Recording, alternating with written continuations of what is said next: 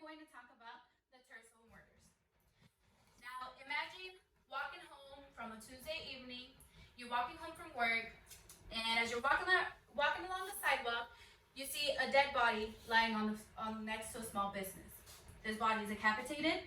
This body is murdered, and the blood has been drained out of it. What would you do?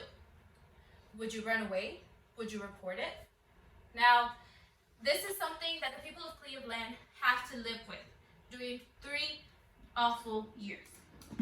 People from their neighborhoods were dying along the passing of the months, and people didn't know what to do. These are regular people just like me and you. Now let's get started. This took place in Cleveland. The victims were 7 men and 5 women. These were only 3 bodies that were identified, and that we know of, it has only been 13 bodies that were found, but it might be more since the case was closed. There were 7 heads that were found. Now let's remember that most of these bodies were decapitated, meaning their head was cut off.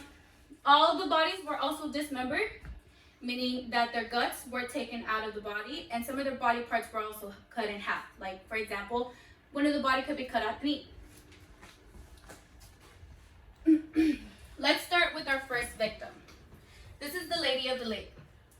The woman's torso was found on the shore of Lake Erie. The thighs were still attached, but they were cut at the knees. The skin was red, tough, and leathery, and her head was never found. This body was not found first.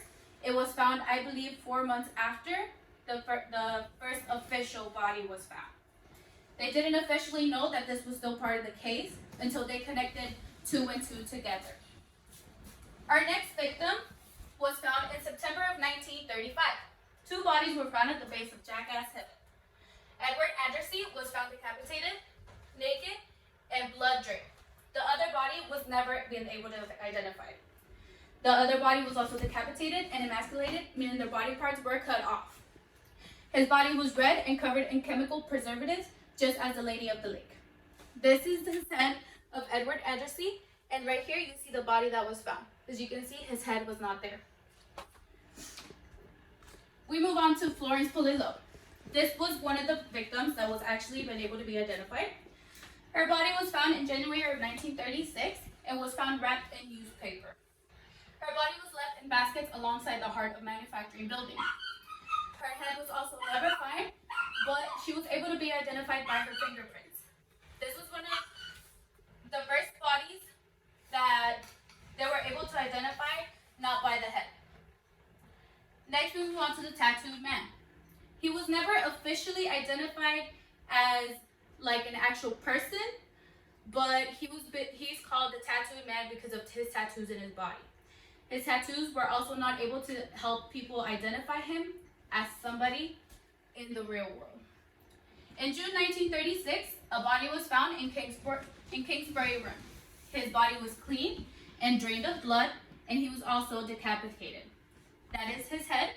It also didn't help people identify him. Nor did his fingerprints also help identify him, and his head was found but never identifiable. In July through September of 1936, 2 bodies were found. A 40-year-old male was found. He had been dead for about 2 months, and he was decapitated, but his head was found along with his bloody clothes. In September of 1936, a man's torso was found near a train on East 37th Street. The lower half of his torso was found nearby a pool, and he was also decapitated. Here's when they were doing the search. A lot of people joined in this search, meaning as in they joined to see the search. They weren't actually searching for him. It was around 600 to 500 people that were actually seeing this live. In 1937, in February, the upper half of a woman's torso was found. She was located in the shore east of Bracknell. She was decapitated after that, and she was never identified. They don't know the reason of her death, but they do know that her head was cut off after she was dead.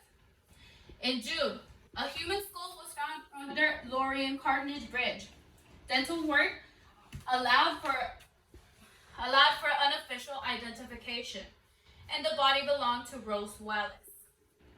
This is one of the 3 bodies that were able to be identified. In July, a body was found by West 3rd Street Bridge near a construction site. The body was recovered, but the head was never been able to be found. The abdomen had been gutted, and the heart had been ripped out. This body was also never identified. In 1938, in April, along the Hoya River, a leg was found.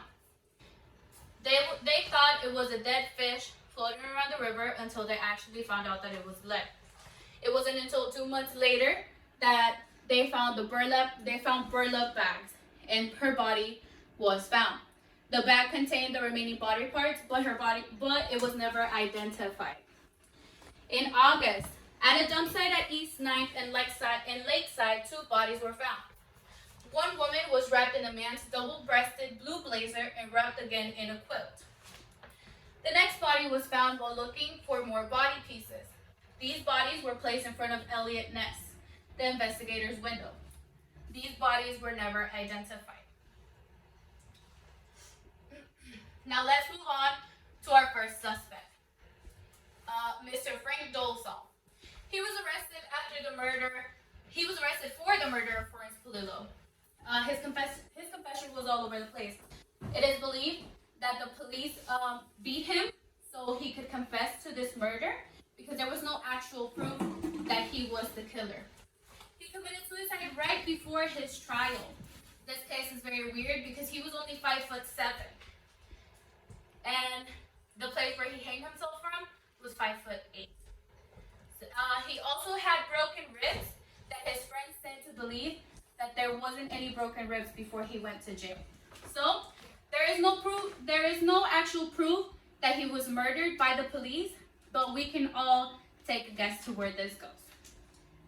Our next suspect is Dr. Francis E. Sweeney. He failed a polygraph test when he was tested by Mr. Ness. He admitted himself to a mental hospital to avoid prosecution. Right after he admitted, the killing stopped. He taunted Ness with obscene and menacing notes. During this entire time of the past 3 years, he was taunting the investigator Ness. He stopped practice after beginning treatment for alcoholism. It is said that the bodies that were decapitated, which means most of them, did have some type of knowledge of anatomy. So they were cut very precise at the head, which meant that the people that were killed were very freshly cut. He was never arrested, but it is believed that it was him. Now, the murders of Cleveland. There were 13 bodies that were found, and only 3 were able to be identified. There was nobody that was ever truly arrested, as one of them was said to be the killer, but we don't really have enough proof to say so. The killer was never found. The investigator was being taunted by the murder, such as bodies were being left in front of his office. And he still was never able to find him. All official police records have been lost, destroyed, or removed, meaning the case is closed. This case was never truly resolved, so we never know who was the killer, but we have suspicions. From this case, we can learn that we can prevent from letting similar abuses from occurring again, not putting the public from going to traumatizing events, meaning we should take care of our neighbors. We should care for one another. We should ask each other how we are doing. The people of Cleveland had to see each other die one by one, and they lived in fear every single day. Now, next time you see your neighbor, make sure you say hi to them. Make sure you see how they're doing, because you never know when this might happen again. Thank you.